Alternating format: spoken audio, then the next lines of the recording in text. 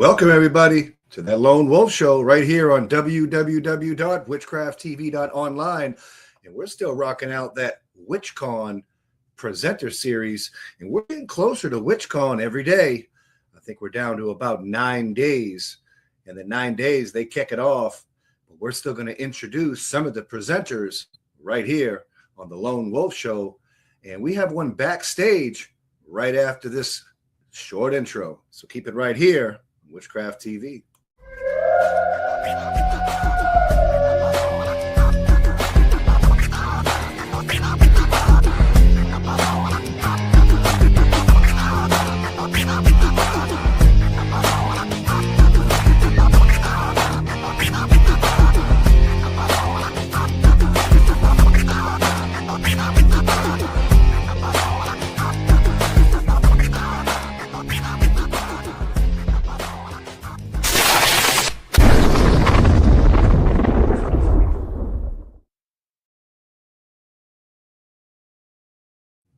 Andrieh Vitimus. How are you doing tonight? Doing great. Heard a rumor that you're going to be presenting at WitchCon. How true is that? It is absolutely true. I'll be presenting at WitchCon this year, virtually speaking. So I'm very happy to be invited. It's been a while since I've been doing the convention circuit, so I'm truly grateful to everyone at the WitchCon staff. So is this the first time you've done a presentation at WitchCon, or have you been there for a while? Or no, it's the first time. It's the first time that I've done a presentation at WitchCon. So I'm really looking forward to it. So very cool. So how did you first hear about WitchCon? How was your invitation? How did that work out for you? So I've known about Brian and Christian for a while. So I had a podcast a couple years ago, which we let slide for a while, called Deeper Down the Rabbit Hole. And Christian was one of our guests, really like a couple years ago. And then, of course, life got in the way. So I've kind of known, on and off, known Christian for a few years, and kind of known what he was doing, his glorious media, television empire that he has, and his stores in Salem and New Orleans. So, and been following him for a while. So that's how I got introduced to WitchCon. And it turns out a lot of the people at WitchCon I happen to know as well. So it's a naturally good fit. It's just one that I never got around to doing. But I'm glad that has changed this time around. So what's your presentation this year for WitchCon? So what we're going to do this year is I'm going to present on the Agrippa, spirits, and intelligences, but not in the Agrippa way. So instead, I'm going to cover how to use these for actual practical spells and how to use them in a sorcery way. Not the original Agrippa, but there's a lot in the original Agrippa that lets you actually, if you apply just a dash of chaos magic, really kind of figure out he really is talking about this being used in a more sorcery way. And we get past the multi-paragraphs and pages of God is good in Agrippa, you can really boil down these planetary intelligence to a really useful framework to sort of do sorcery type magic, like the meat and guts of practical magic. That really kind of eases into it and kind of lets you get a framework that I think maybe even if it's curse work or if it's less blessing work, it works with these core intelligences and spirits. So Cornelius Agrippa wrote a bunch of books. I think it was maybe the middle of 15th century, and I may or may not be right about that. Is that particular author, is that kind of the material that Crowley was drawing upon? Is that the material that the Golden Dawn was looking at? They are. It is a major contributor to both of those systems. So, and it kind of a major influence that sort of leads into both things. Now, granted, those two systems both changed the original stuff that Agrippa wrote a fairly large amount, but it does lead into a lot of the ideas in Western ceremonial magic come from Agrippa, and then you could argue Dee as well. But as you know, if you read the Agrippa books, if you read some of the ceremonial magic books, it's kind of complicated. So, I mean, those three books of occult philosophy, that's quite a big catalog of different, writings. And also it was written in, from what I understand, in a way that's not as easily understood in modern times. As far as Cornelius Agrippa's work goes, what draws you in the most? What do you focus on, and how do you utilize that in your magical life?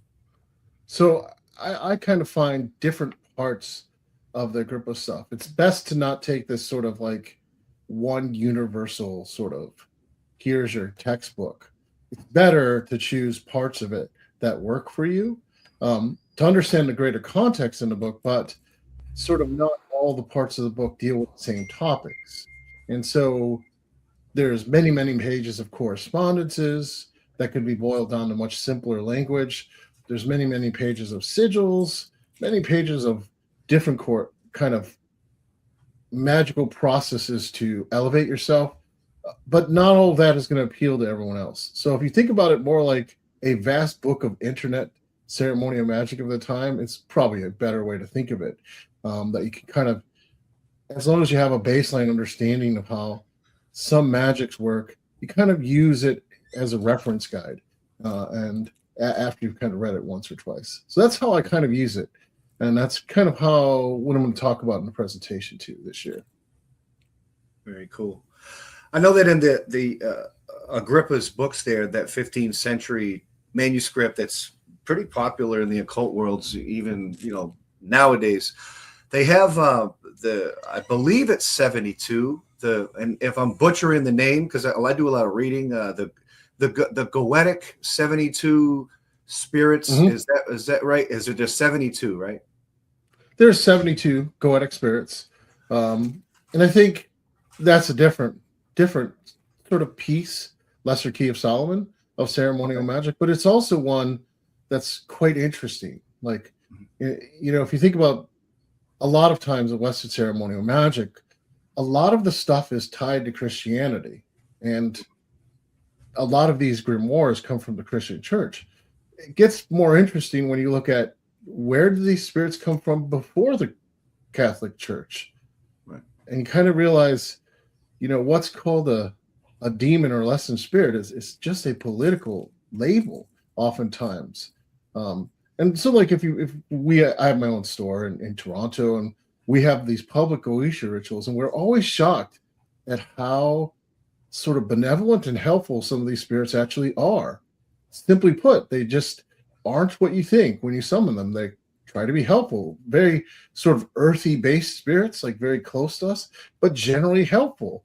And kind of like what maybe a city god would be, or a forest spirit that got demonized by political means, and put into a book from a Catholic source, and then labeled as sort of foul or unclean.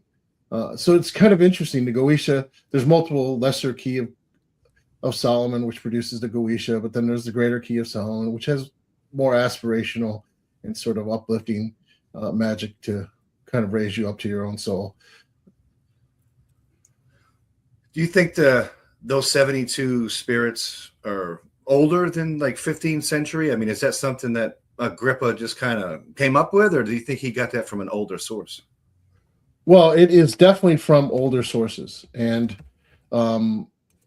possibly even from local area spirits. It's when you study history, some of those spirits go back way before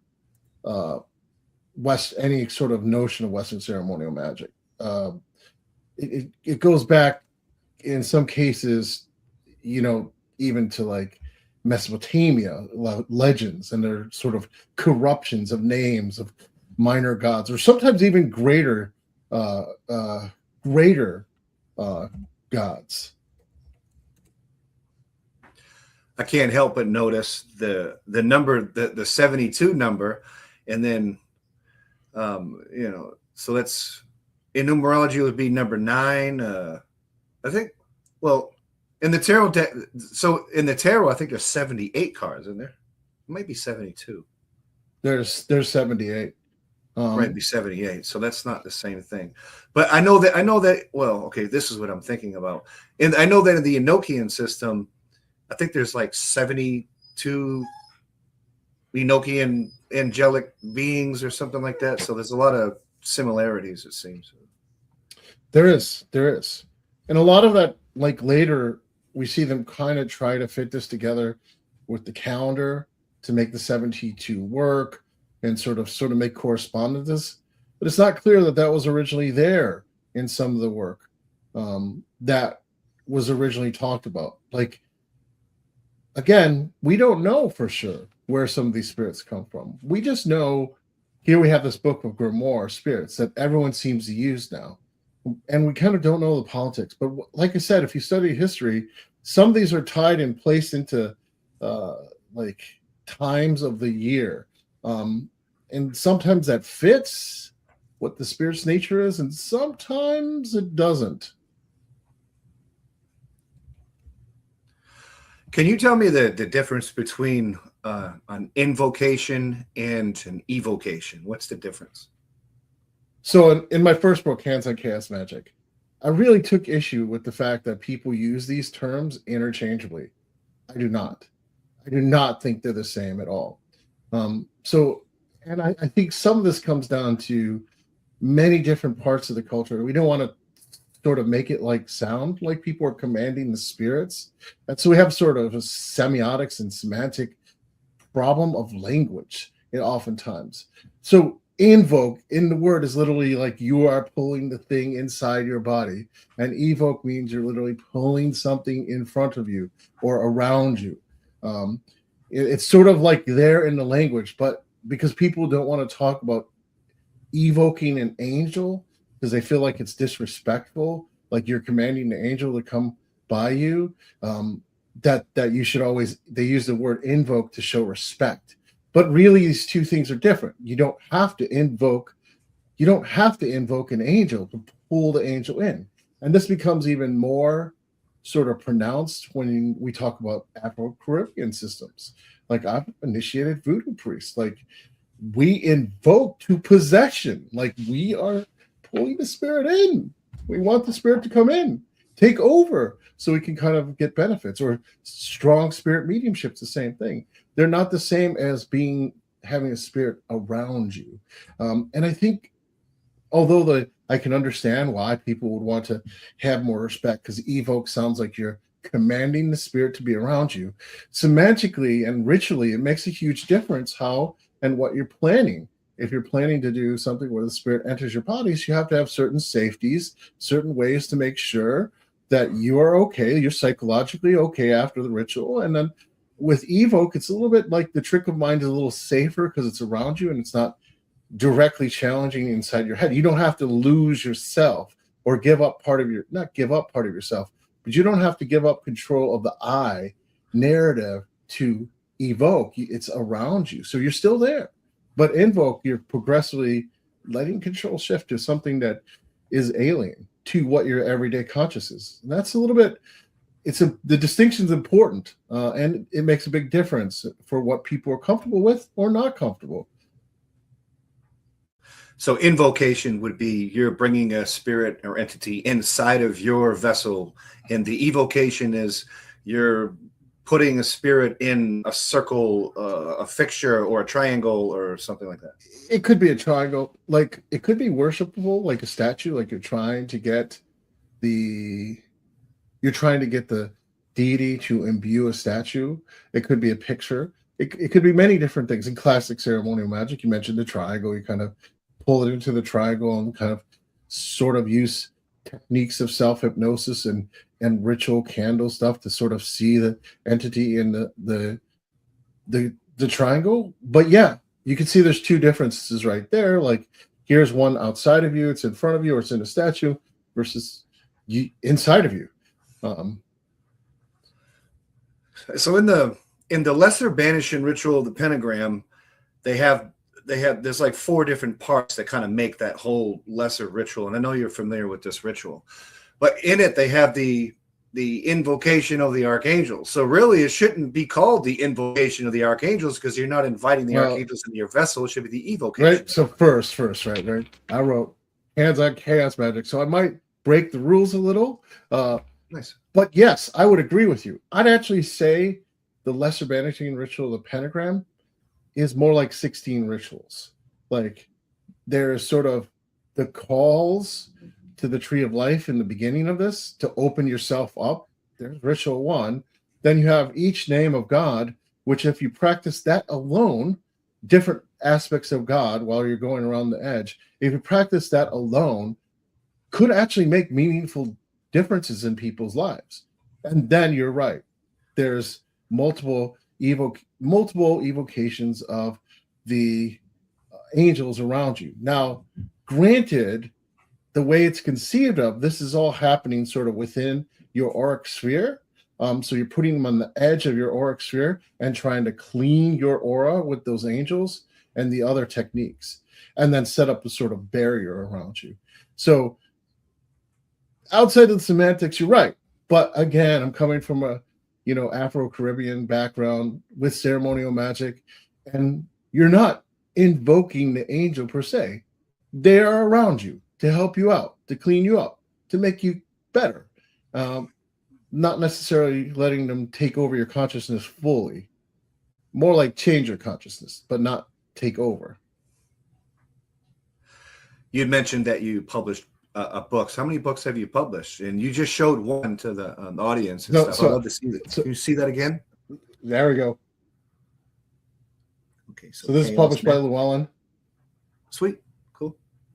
And I just got signed to write a Dummy's Guide to Chaos Magic, which will be out early next year. And then I have about 30 or 40 articles published. So I tend to like writing articles. They're a little easier. And I tend to like not writing fluff. So it's a good thing. So what's the I mean, it's probably too much to talk about, in 30 minutes, but in the gist of it, what's the book about chaos magic? What's the slant really about? What was the research about? For hands-on chaos magic or the next one? That's the thing. I'd love to talk about both of them if we can put it, So, I think hands-on chaos magic is sort of the book I wrote that if you didn't know anything, how could you go and make any magic work in a practical way when you absolutely need to do it? Because when I wrote the book, I needed to started writing the book, I was writing my notes of how to get it to work, when your back's against the wall. So the exercises are hyper-focused on, energy work and different techniques to get any system of magic to really work, or to get your system of magic, your own system of magic more fleshed out and get it to work.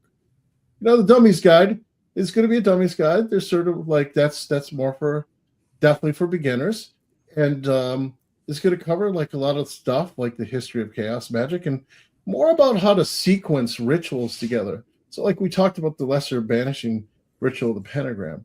If we stop talking about that as one ritual, I think most people will find it's a lot easier to do, right? Like if we talk about it as 16 different rituals, you got to learn each step separately. And each step has benefits. And so that's not like one big thing to remember. It's 16 little things that you got down. I think people kind of tend towards looking at ceremony magic. They just do it. And they don't realize, like, if you look at it slightly different, like use the meta programming, the meta idea of chaos magic, nothing is true, everything permitted. These different components can be broken down and used separately. And not only can they be used separately, you can understand once you do that to meaningfully get each part going and see real results. And I think what the Dummy's Guide is going to do is take that and sort of that idea and sort of take rituals and break them down for people so they can, not all rituals, so you can invent your own, but so you have sort of Lego blocks. You can start building your own stuff and sort of getting results from your own stuff. Like one little Lego block at a time, and how to chain them together, those Lego blocks. just so we can archive the interview. If you're interested in chaos magic, I'm pretty certain you can find that on Llewellyn.com. I'm pretty sure that our guest's books is on Amazon. Is there any other places that viewers could find your book? Sometimes you can find it in Barnes & Noble. Like I said, the Chaos Magic for Dummies guide is going to be December of this year when it gets released, or early January. Is that from the same publisher that, I mean, they have books for dummies, like a whole bunch, like you can find. Yes, it is. That's the series. It is the same publisher, yes. I am excited for you, and that's really cool that the occult community has broken into that genre, because that's they have a really it's kind of funny. They have Dummies Guide for Tarot. They have Dummies Guide for Witchcraft. Yeah. They have Dummies Guide for Wicca. They have a lot of Dummies Guides, but this is like I think it's pretty amazing that I was able to convince them to take on a Chaos Magic for Dummy book. I think people don't realize Chaos Magic's been around for 40 plus years. Who do you think coined the term Chaos Magic or Chaos magician? Peter Carroll. It was him and a few people out of the UK. And that really, honestly, has a way different meaning than I think we think of it in America and the West. Over here in Europe, they're not so unfriendly towards chaos as a word. And even the word chaos has roots back to the Greek pantheon. Like we're talking like chaos is the original substance of everything. We could call it the Tao or the void, depending on which tradition we're in. So they had a much more nuanced view of chaos. I think over here in North America, we have a view of chaos as just bad, and I don't think it's the same. It's quite the same culture in the UK when they came up with the word. They weren't deliberately trying to troll everyone when they came up with the word. Although I think in retrospect, after the fact, they thought it was pretty funny to troll people with the word chaos. But So, are you the type of occultist that puts the K on the end of magic or not? I do put the K on the edge of magic usually, except when my editors say no. I think that's kind of important too. Although, because stage magic isn't the same as magic. And sort of even a Google search will reveal there's lots of magic without the K. It gets confusing to people. I think a lot of people. I think nowadays, though, like back when I started writing, when I started in the occult, I think people would have been like, magic? You mean stage magic? But witchcraft and magic's becoming much more popular now. I think in the general zeitgeist of our whole cultures has shifted in multipolar directions, and really at least one of those poles is a high degree of curiosity about witchcraft and magic. So maybe the K is not necessary anymore. People kind of get it faster. When it comes to your type of spirituality, people in the occult, Wicca, paganism, Druid, there's a whole bunch of different names, and people wear different hats. What's the most comfortable label and hat that you wear? Human. Human. Good answer. Good answer. Can't I mean, chaos magic in general is a meta paradigm. So we'll shift between paradigms to get expertise and sort of take the best of the best. I generally am comfortable with people calling me a witch or a magician, and my general praxis often looks very shamanic. And so any of those labels kind of fit on different days. And I think the labels, we could fight about it, but I think people know I do stuff, I get results, and human's probably the best label. Who's your inspiration in the occult community, living or dead? Inspiration, role models, always looked up to them, and that could I guess change throughout someone's path and things. I think it has changed a few times. I mean, certainly Spare and how he sort of used art for that. But I'm a big fan of Franz Bardon as well, and obviously Peter Carroll. But Franz Bardon with Introduction to Hermeticism, I really kind of felt like there was being something different being said by those books than a lot of ceremonial books, and I really jived with them. Like, even to the point of the way in which you should summon spirits is sort of like you cast yourself, you cast your sort of astral mind out into the ether and pull the spirit back here to the world. It just made sense to me. So I really enjoy kind of how he would present that. So it's not just like, just do the exact thing here, get some gold, and things will call it up. It's more like there's this process that you have to halfway journey, meet the spirit halfway, and then sort of bring the resonance back here for things to work. And I've always kind of found, after I read that, that's true. That's how it works for me. Now, granted, other people, it may work different, but I've always found that's a great metaphor. And it also bridges a lot of different techniques. It bridges sort of astral shamanism with ceremonial magic in a way that it's kind of undercredited. Got a comment question in the chat room here. It said, would you say that chaos magic is becoming more popular? And if it is, why would that be? I think there's a lot of, at first, the answer is obviously, if we got a donkey's guide, it's becoming more popular, right? Yeah. Like, it's sort of like that's proof that it is definitely on the up and up. But remember, chaos magic sort of has these ebbs and flows. Like, it was there, it's been there since like the late 60s and early 70s. I think right now it's becoming more popular for a lot of reasons. There's a lot of gatekeepers. And I think people are tired of it. Like, the idea of rebelling against those gatekeepers sort of makes sense. And people have a lot of questions. And maybe, you know, like the religious aspects of magic, they don't appeal to everyone. Like, there is a religious aspect for many people's magic. But for many people, they're interested in, like, how do I transform myself and the world without garbage? How do I get rid of the fluff and get to the meat? Like, how do I understand to get stuff to work? And chaos magic does that very well. And sort of chaos magic applies a lot of the logic of, well, science, the scientific method to magic. So it allows us not to have faith and not blind faith. We have evidence. We have results. We can talk about these results. We can talk about evidence. We can talk about what worked for us without gatekeeping, without sort of putting blocks on it. And I think the younger generation, the ones coming up, resonate with that a great deal. They don't like the restrictions. They don't like the gatekeeping. They don't like sort of being told instead of worked with, like commanded instead of talked to as a person. And I think that's a big reason why chaos magic is sort of coming back. People are realizing, you know, how long are we going to like have everyone sort of talking down to each new generation?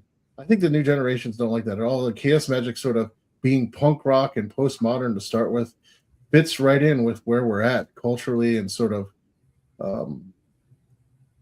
where witchcraft's at right now too. Like, it's sort of like people can find anything right now. Like, there's nothing that's really secret except the experience. And chaos magic basically kind of said that a few years ago. So that's why I think it's becoming popular again. I really like how you said that. There's nothing secret anymore except what you experience. Is that what you said? I think I like that. I truly believe that. You go to ChatGPT. ChatGPT will find they've ingested most of the books. Like, that isn't positive. Like, as an author, I'm not too thrilled with that, but it's the truth. Right. It's pretty much what has happened. And you can get some reasonable things. But what ChatGPT produces is not the experience of what it creates. Again, that's the only secret. And that's sort of what chaos magic was saying for a lot of years. Like, you know what? There's may not be an ultimate truth. Like, the truth is pretty much the results you get. That's the validity of what you're working with. And you know what? Have a sort of skeptical view of authority in general. As opposed to, there's difference between collaboration and me talking with the people who bought my book versus me saying, this is the way it is. And that's the end of it. I just think it's ideas time has come. Like it came like 70 years, like 50 years ago too, but it's coming again. It's becoming more popular again. Really appreciate your time, Andrieh Vitimus. If you interested in chaos magic, go ahead and check them out, llewellyn.com. You can check them out on Amazon. And above all, make sure you check out one of his classes coming up in about 9 days on witchcon.com, where he's going to be doing a presentation. Sunday, we're going to get down into like calling out some intelligence in the class. Like we're going to do it right there with everyone. Like we're going to show some ways to make it really, really simple. You won't need to have like the 1,000-page Agrippa book. You'll just be able to be like, okay, here we go. And sort of strip down to the bare minimum. I think everyone will love it. So please come on Sunday to check it out. And make sure y'all keep it right here on www.witchcrafttv.online. We'll see you at WitchCon.